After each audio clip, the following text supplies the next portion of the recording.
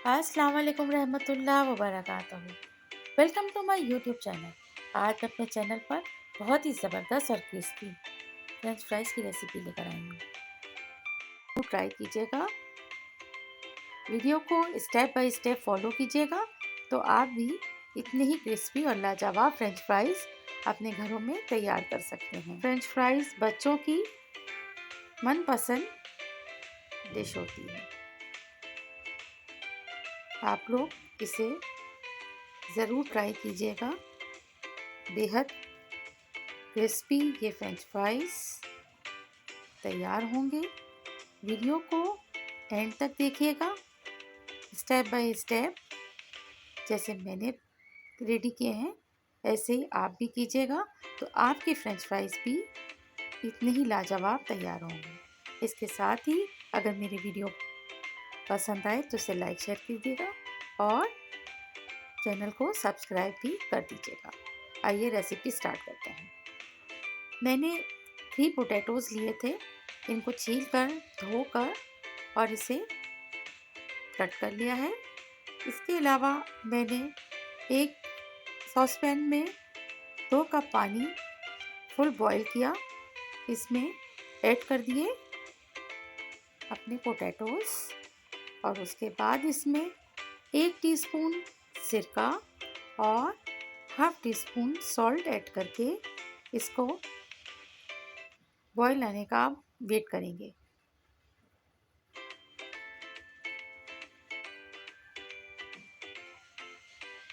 जैसे ही बॉईल आएगा हम चूल्हे को ऑफ करेंगे और इसे छन्नी में छान कर रख देंगे।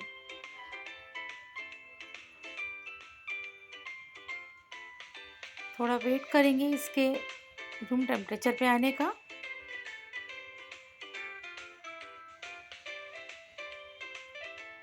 और छन्नी में ही इसको रखेंगे ताकि जितना भी इसमें एक्स्ट्रा वाटर है वो सारा ड्रेन हो जाए। हमें ड्राई फॉर्म में चाहिए यहाँ पर। और अगर आप छन्नी यूज़ करना नहीं चाहते इस स्टेप पे तो आप किसी कपड़े पे या टिश्यू पेपर पे रख के भी इसको बिल्कुल ड्राई कर सकते हैं। ये स्टेप बहुत इम्पॉर्टेंट है। इसको अगर आपने सही तरह से हैंडल कर लिया तो आगे आपके फ्रेंच फ्राइज़ लाजवाब तैयार हो जाएंगे। इसके बाद हम इसकी कोटिंग तैयार करेंगे। लाइट सी इसकी कोटिंग होगी। इसमें मैंने सबसे पहले 2 टेबलस्पून चावल का आटा ऐड किया है जो मार्केट में इजीली मिल जाता है। बड़े स्टोर पर आपको बहुत आराम से मिल जाएगा। इसके अलावा इसमें 2 ही टेबलस्पून कॉर्नफ्लोर ऐड किया है।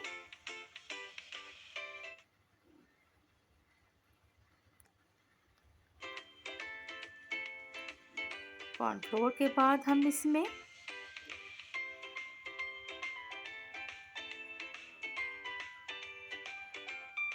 दो टेबलस्पून मैदा ऐड करेंगे और इसमें हमने पोटैटोज़ को डालने के बाद बोल को बंद करके और अच्छी तरह से हम इसे शेक करेंगे। हाफ टी स्पून मैंने इसमें चिकन पाउडर भी ऐड किया। अगर आपको उसका फ्लेवर पसंद नहीं है तो डालें और अगर नहीं है तो नहीं डालिएगा। ये बहुत शानदार सी इसकी कोटिंग तैयार हो गई है। अब हमने ऑयल को काफ़ी अच्छा गर्म करने के बाद चेक करेंगे पहले थोड़े से फ्रेंच फ्राइज़ डाल के और इसके बाद जैसे जितने फ्रेंच फ्राइज़ हमको फ्राई करना है उसको हमने ऑयल में डालने के बाद चूल्हे को मीडियम से स्लो की तरफ कम कर देना है। ऑयल इतना होना चाहिए हमारे बर्तन में कि जो फ्रेंच फ्राइज़ हमने डाले हैं वो सारे इसके अंदर डिप हो जाए। और आराम से फ्राई हो।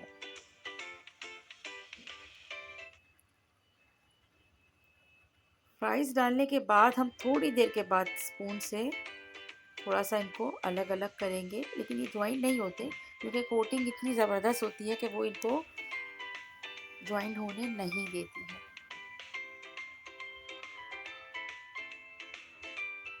और जिस वक्त हम इसको फ्राई पैन में डाल रहे होंगे उस वक्त भी हम एक छन्नी से छान कर जितना भी एक्स्ट्रा कोटिंग होगी वो हमें गिरा देना है, वो इसमें ऐड नहीं कीजिएगा वरना इसका कलर ख़राब हो जाता है।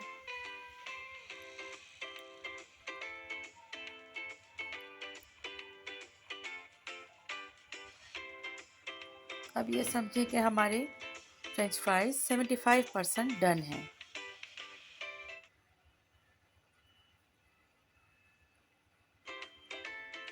बहुत सारे लोग इस टाइम पर आके जब फ्रेंच फ्राइज 75% डन हो जाते हैं तो इसे छन्नी से निकाल के थोड़ी देर के लिए ठंडा करते हैं, अगेन इसको फ्राई करते हैं। इससे तो इसकी क्रिस्पीनेस बहुत ज़्यादा हो जाती है। और मुझे क्योंकि वीडियो अभी आपके सामने शो करनी थी और इसीलिए मैंने एक ही स्टेप में इसको पूरा डन कर लिया है।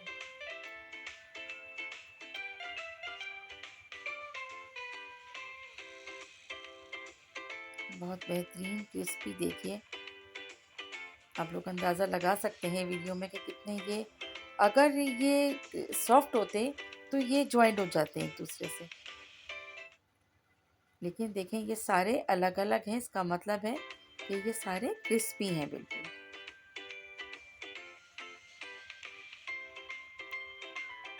बहुत बेहतरीन से ये फ्रेंच फ्राइज़ अब बन के तैयार हो गए हैं। बस थोड़ी ही देर में हम इसे डिश आउट करेंगे।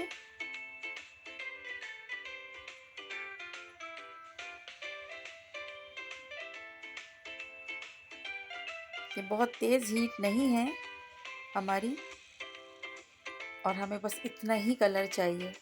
आपको अगर ज़्यादा डार्क कलर पसंद है तो आप इसको 1 मिनट और रख सकते हैं। हम यहाँ पर अब इसे डिश आउट कर लेंगे। व्यूअर्स, अगर मेरी ये फ्रेंच फ्राइज़ की रेसिपी आपको अच्छी लगी है तो मेरी रेसिपी को लाइक शेयर कर दीजिएगा और सब्सक्राइब करना नहीं भूलिएगा। Thank you. Take care. अल्लाह हाफिज़।